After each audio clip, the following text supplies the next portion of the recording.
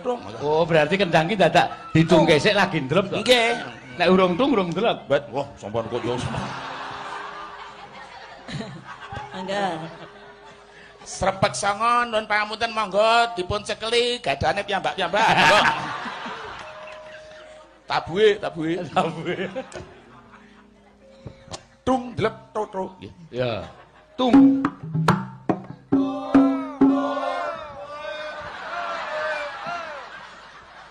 Nuwun sewu ngangge gongso nggih Mas nggih. Oh, larak ya sing cetha. Ampun ngangge dalan tempe nggih.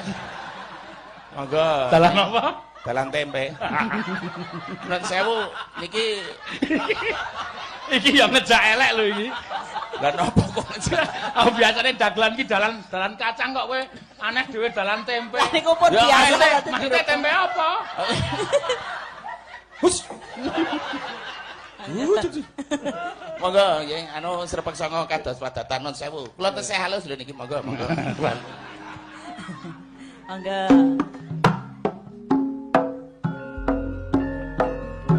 Iki bangun tenan. Iya apik kok.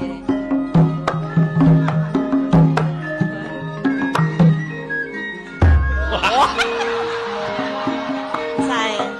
Kuwi nek kleru ndase kancane